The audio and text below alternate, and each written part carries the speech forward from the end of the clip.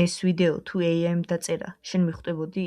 დღეს გეტყვი, როგორ განსხვავდება ხელოვნური ინტელექტის კონტენტი რეალურისგან და რატომ აქვს ამას მნიშვნელობა შენთვის. AI კონტენტი იქმნება ძალიან სწრაფად, იდეალურია იდეებისთვის, სტრუქტურისთვის და ვერსიების მოსაფიქრებლად, მაგრამ რეალური კონტენტი გამოცდილებაზე დგას, ემოციაზე, კონტექსტზე.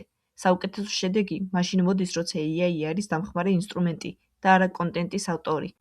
AI მუშაობს უკვე არსებულ კონტენტზე და ამიტომ კარგად აწყობს ტექსტებს, მაგრამ უნიკალური ხედვა ყოველთვის ადამიანური გამოცდილებიდან მოდის. ბრენდის იდენტობა, პოზიცია და რეალური ისტორიები იქმნება მაშინ, როცა ტექნოლოგია და ადამიანის ფიქრი ერთად მუშაობს. გამორჩევა სწორედ ამ ბალანსშია. AI კონტენტი კარგად მუშაობს ალგორითმებში და ბევრ რამეს აჩქარებს, მაგრამ შესაძლოა კონტენტი მაინც მოსაწყენი და არაფრის მომცემი იყოს აუდიტორიისთვის, თუ სწორად არ მიუდგები. აქედან ვასკვნით, რომ ტექნოლოგია და ადამიანური გამოცდილება ერთმანეთს ავსებს. ჰიბრიდული მიდგომა ქმნის ჩართულობას, რეაქციებს და კომენტარებს.